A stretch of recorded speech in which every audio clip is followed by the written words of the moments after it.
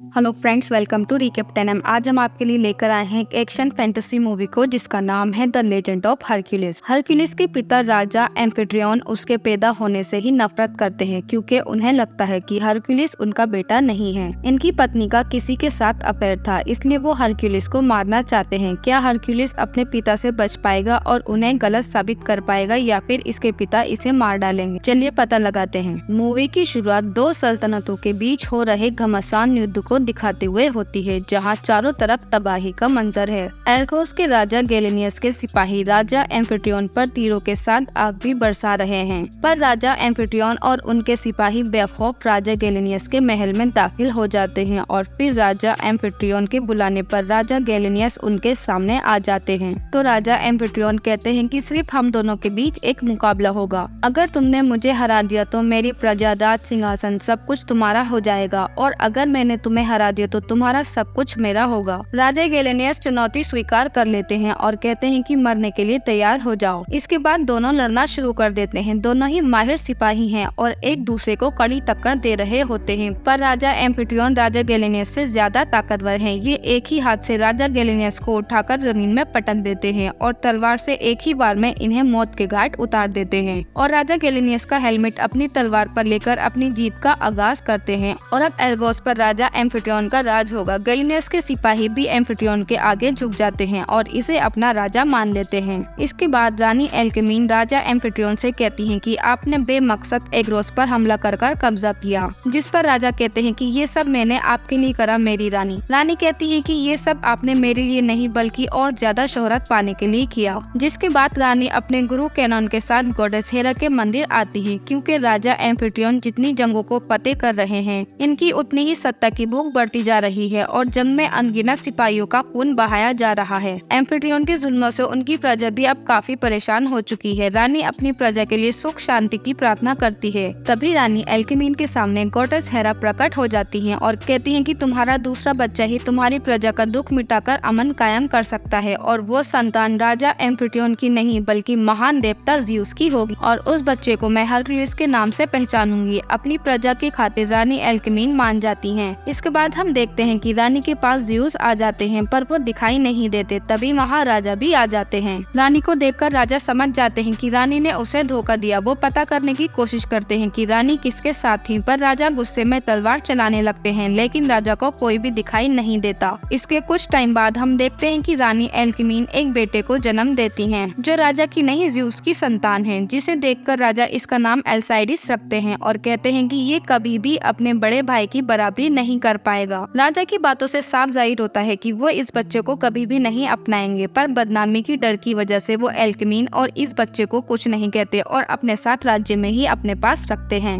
रानी alchemy इस बच्चे को गॉडेस हेरा का दिया हुआ नाम से पुकारती है हरक्यूलिस, और इसके कुछ टाइम बाद हम एल्साइडिस को राजकुमारी के साथ देखते हैं, जो अब काफी बड़ा हो गया है। एल्साइडिस राजकुमारी से बहुत प्यार करता है और ये दोनों साथ में अच्छा वक्त बिताते हैं। तभी महाराजा के बड़े बेटे एल्केब्लिस आ जाते हैं और वो राजकुमारी से कहते हैं कि आपके पिता काफी देर से आपको ढूंढ रहे हैं। जिसके बाद एबेक्लिस राजकुमारी हेबा को सिपाहियों के साथ वापस महल भेज देता है और एल्साइडिस के साथ शिकार पर निकल जाता है, पर बीच रास्ते में इनका सामना एक खूंखार शेर से होता है। ये दोनों ही भाले लेकर शेर पर हमला करने के लिए तैयार हो जाते हैं, पर एबेक्लिस शेर के एक ही पंजे में नीचे गिर जाता है और एल्साइडिस इस खूंखार शेर का मुकाबला करता है। शेर एल्साइडिस का भाला तोड़ देता है, पर एल्साइडिस शेर की गर्दन तोड़कर उसे मार देता है। इसके बाद ये दोनों ही राजा के पास आते हैं। एबेक्लिस मरे हुए शेर की खाल और सर लेकर राजा को अपनी बहादुरी की झूठी कहानी सुनाता है कि कैसे उसने शेर को मारा और डर की वजह से एल्साइडिस भाग गया। पर यहाँ मौजूद सभी लोग जानते हैं कि एबेक्लिस झूठ बोल रहा है, पर राजा एबेक्लिस की बातों को सच मान लेते हैं। इसलिए एबेक्लिस से खुश होकर अपने अच्छे दोस्त क्रीट के राजा की बेटी राजकुमारी हेबा से एबेक्लिस की शादी का ऐलान कर देते हैं, जिसे सुनकर गुस्से में राजकुमारी अपने घोड़े पर सवार होकर यहाँ से दूर जाने लगती है।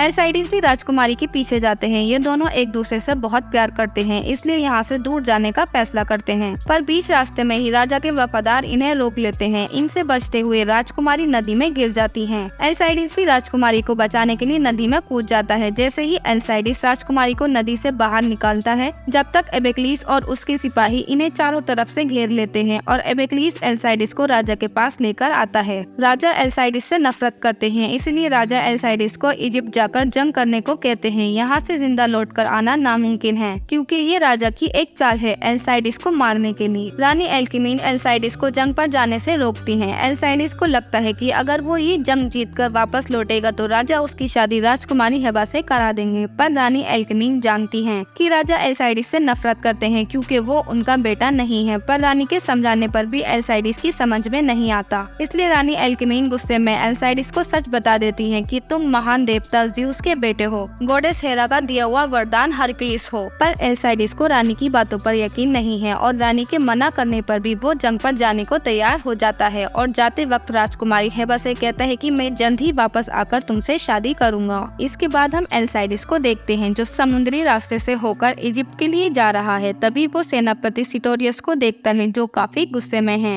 एल्साइडिस के पूछने पर ये बताते हैं कि राजा ने हमारी सैनिकों की संख्या आधी कर दी है और कहीं भी जंग नहीं चल रही। राजा ने हमसे झूठ कहा, इसका मतलब साफ है राजा ने कुछ बहुत बड़ा सोच रखा है एल्साइडिस को मारने के लिए। इसके बाद ये सभी लोग इजिप्ट के हॉर्स घाटी पर पहुंच जाते हैं। सिटोरियस एल्साइडिस के साथ कुछ सिपाहियों को लेकर घाटी के अंदर जाता है, जहां वो 2 लोगों की लाश को टंगा हुआ देखकर समझ जाता है कि दुश्मन इनके आसपास हैं। इसीलिए वो पीछे लौटने को कहता है। जब वो बाहर आकर देखता है तो उनके बाकी सिपाही मर चुके होते हैं और अब इनकी बारी है। दुश्मन ने चारों तरफ से इन्हें घेर लिया है। एल्साइडिस सिटोरियस अपने चंद सिपाहियों से अपनी दुश्मन फौज का मुकाबला करते हैं, पर जल्द ही इनके सारे सैनिक मारे जाते हैं। अब सिर्फ सिटोरियस और एल्साइडिस ही बचते हैं। तभी सम्राट के पास एक सैनिक एल्साइडिस का हेलमेट ले आता है। सम्राट के पूछने पर सिटोरियस झूठ बोल देता है कि एल्साइडिस मर गया है, जिस पर सम्राट कहते हैं कि हमारा काम पूरा हुआ। सम्राट सिटोरियस से कहता है कि तुम दोनों बहुत ही बहादुर सिपाही हो, तुम्हारी कीमत बाजार में अच्छी मिलेगी। इसके बाद राज दरबार में खबर की जाती है कि एल्साइडिस जंग लड़ते हुए शहीद हो गया। एल्साइडिस की मौत की खबर सुनकर रानी एल्केमीन और राजकुमारी हेबा रोने लगती हैं। इधर सिटोरियस एल्साइडिस से कहता है कि राजा ने तुम्हें मारने के लिए मेरी पूरी सेना कुर्बान कर दी। इस चीज से अंदाजा लगाया जा सकता है राजा एल्साइडिस से कितनी नफरत करते हैं। इसके बाद हम एल्साइडिस और सिटोरियस को देखते हैं, जिसे सम्राट ने लूसियस को बेचा है, जो अपने योद्धाओं पर पैसा लगाकर लड़ाई कराता है और लड़ाई जीतने पर लूसियस को 2 गुना पैसे मिलते हैं।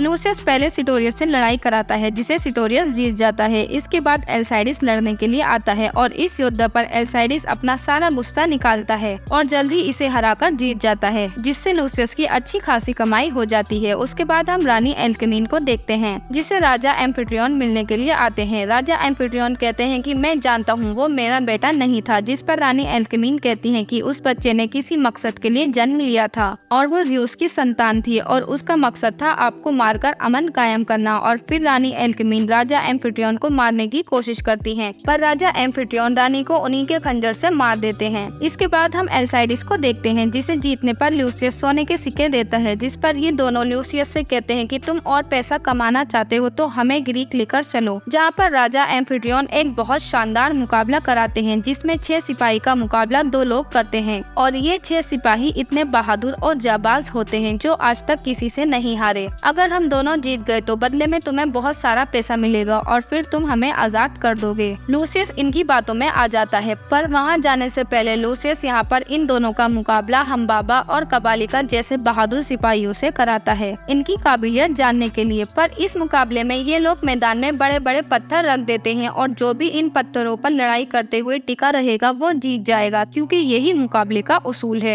एल्साइडिस और सिटोरियस इनका मुकाबला करते हैं। लड़ते हुए सिटोरियस घायल हो जाता है, पर एल्साइडिस अपनी पूरी ताकत लगा देता है इन्हें मारने के लिए और एक एक करके इन दोनों को मार देता है। इसके बाद लूसियस इन दोनों को ग्रीक जाने से मना कर देता है, क्योंकि सिटोरियस घायल हो चुका है और मुकाबला 2 लोग मिलकर करेंगे, जिस पर एल्साइडिस कहता है कि उन 6 योद्धाओं से मैं लड़ूंगा और जीतूंगा भी। एल्साइडिस की आंखों में जीत का जुनून देखकर लूसियस मान जाता है और फिर लूसियस इन दोनों को ही लेकर ग्रीक के मुकाबले के लिए आ जाता है। यहाँ एल्साइडिस को हरक्यूलिस के नाम से पुकारा जाता है। इधर सिटोरियस भी गुरुजी और कुछ एल्साइडिस के वफादार साथियों को एल्साइडिस के बारे में बताता है और ये इनका साथ राजा एम्फिट्रियन से लड़ने के लिए तैयार हो जाते हैं। इधर हम एल्साइडिस को देखते हैं, जो अकेले ही इन योद्धाओं का मुकाबला करेगा जो आज तक किसी से नहीं हारे। मुकाबला शुरू होते ही एल्साइडिस बहुत जल्द एक सिपाही को मार गिराता है। एल्साइडिस को लड़ते हुए देखकर सभी लोग उसका नाम पुकारने लगते हैं हरक्यूलिस, क्योंकि यहाँ पर सभी लोग एल्साइडिस को हरक्यूलिस के नाम से जानते हैं। एल्साइडिस जल्द ही इन 6 योद्धाओं को शिकस्त दे देता है और मुकाबला जीतकर अपने साथ सिटोरियस को भी लूसियस से आजाद कर लेता है। इसके बाद बाद सिटोरियस एल्साइडिस को गुरु कोनन और अपने साथियों से मिलाता है, जो एल्साइडिस को बताते हैं आपके साथ जो हुआ उससे पूरी फौज राजा से नाराज हो गई, इसलिए राजा अपनी ही प्रजा को लूटकर विदेशी फौज को किराए पर ले आया। इसके बाद गुरुजी रानी एल्केमीन का खंजर देते हुए एल्साइडिस को बताते हैं कि राजा ने कैसे रानी को मारा। ये सुनकर एल्साइडिस को बहुत गुस्सा आता है और अब वो राजा से अपनी माँ की मौत का बदला लेने का फैसला करता है, जिसमें सिटोरियस और बाकी उसके वफादार सिपाही उस राजा के खिलाफ लड़ने में उसकी मदद करेंगे। इसके बाद एल्साइडिस राजा के विदेशी सैनिकों को प्रजा को लूटने से बचाता है और राजा को अपने वापस आने का संदेश भिजवाता है। यहाँ पर मौजूद सभी लोग एल्साइडिस का शुक्रिया अदा करते हैं। इसके बाद सिटोरियस एल्साइडिस को एक घर में लेकर आता है, जहाँ पर एल्साइडिस की मुलाकात गॉडेस हेरा से होती है, जो एल्साइडिस से कहती है कि अपने पिता ज़्यूस पर विश्वास करो जिससे तुम्हें ताकत मिलेगी, और राजा एम्फिट्रियोन के जुल्मों से अपनी प्रजा की रक्षा करो जो तुम्हारा मकसद है। इसके बाद सिटोरियस अपने घर पर आता है तो वो देखता है कि उसकी पत्नी को एबेक्लीस ने मार दिया और वो उसके बच्चे को पकड़ लेता है और कहता है कि अगर इसे जिंदा देखना चाहते हो तो हमें एल्साइडिस के पास लेकर चलो। इसके बाद सिटोरियस इन लोगों को एल्साइडिस के पास ले आता है और एल्साइडिस को प्रजा के सामने जंजीरों से बांधकर मारा जाता है और राजा एम्फिट्रियोन कहते हैं ये रहा तुम्हारा मसीहा जो खुद की मदद नहीं कर सकता तो वो तुम्हारी हिफाजत कैसे करेगा। और फिर राजा एबेक्लीस से गुरुजी और सिटोरियस को मारने के लिए कहते हैं क्योंकि इन्होंने एल्साइडिस का साथ दिया है। एबेक्लीस पहले गुरुजी को मार देता है और फिर एल्साइडिस अपने पिता ज़्यूस पर विश्वास करके उनसे मदद मांगता है और फिर ज़्यूस एल्साइडिस को इतनी ताकत दे देते हैं वो मोटी मोटी जंजीरों को बहुत आसानी से उखाड़ देता है और उन्हीं जंजीरों को घुमाते हुए राजा के सभी सिपाहियों को मार देता है। एल्साइडिस को देखकर राजा यहाँ से अपने बेटे को लेकर भाग जाते हैं। इसके बाद पूरी प्रजा एल्साइडिस के साथ हो जाती है और फिर सभी लोग एल्साइडिस के साथ राजा एम्फिट्रियोन से जंग करने के लिए तैयार हो जाते हैं।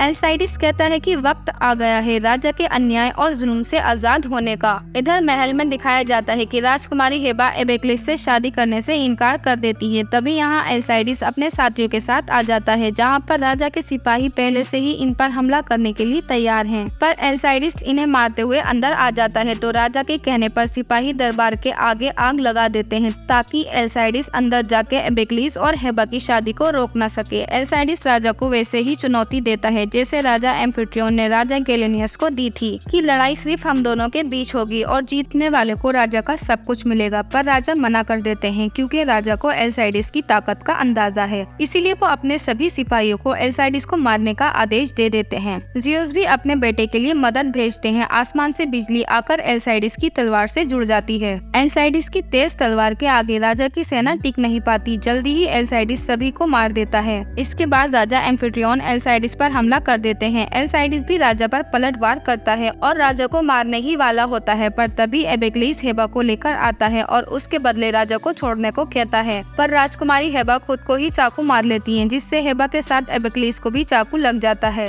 राजकुमारी को मरते हुए देखकर एल्साइडिस को गुस्सा आ जाता है और वो राजा को बुरी तरह मारने लगता है और अपनी पूरी ताकत से राजा पर वार करता है और आखिर में उसी खंजर से राजा को मारता है जिससे राजा ने रानी को मारा था। और फिर एबेक्लीस हेबा के पास आ जाता है जो अभी भी जिंदा है, पर एबेक्लीस मर चुका है। इसके कुछ टाइम बाद हम हेबा को देखते हैं जो एल्साइडिस के बच्चे को जन्म देती है क्योंकि इनकी शादी हो चुकी है और एल्साइडिस के राज में प्रजा को जुल्मों और अत्याचारों से आजादी मिल गई। इसके बाद एल्साइडिस आसमान में अपने पिता की ओर देखता है और इसी के साथ मूवी का एंड हो जाता है। अगर वीडियो अच्छी लगी तो लाइक करो, कमेंट करो, सब्सक्राइब करो हमारे चैनल को। हम मिलते हैं आपसे नेक्स्ट वीडियो में, तब तक के लिए बाय बाय।